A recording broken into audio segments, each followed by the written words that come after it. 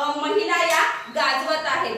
आपण आपल्या आज महामहिम आपल्या राष्ट्रपतीजी द्रौपदीजी मुर्मू या आज आहेत. तर हे कुणामुळे या थोर समाज सुधारक यांनी केलेल्या या अथक परिश्रमामुळेच आज आपण या पदांवर जात आहोत.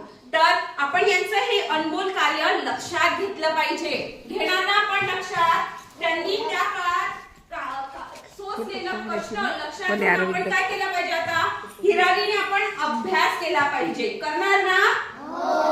आणि अभ्यास करून आपण मोठमोठी पदे ग्रहण केली पाहिजे आणि त्यानुसार काय होणार आहे, आपल्या देशाचं पण नाव होईल की नाही मोठं. ही भारत देशातील मुलं, भारत देशातली जी लहान लहान मुलं आहेत ती आज देशाचं भविष्य घडवण्यासाठी आज मोठमोठ्या पदावर जाणार आहे.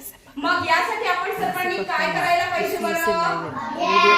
बरोबर, यासाठी आपण अभ्यास करणार आहोत आणि आपण मोठमोठी पदे गाठणार आहोत. आणि सावित्रीबाई फुले, ज्योतिराव फुले अशा या डॉक्टर बाबासाहेब आंबेडकर अशा या महापुरुषांच्या घेतलेले कष्ट, त्यांनी सोसलेला अन्याय आणि त्याचा केलेला प्रतिकार याचा आपल्याला काय करायची, याला प्रचिती करायची आणि त्यांच्या कष्टाचा आपल्याला मोल करायचं आहे.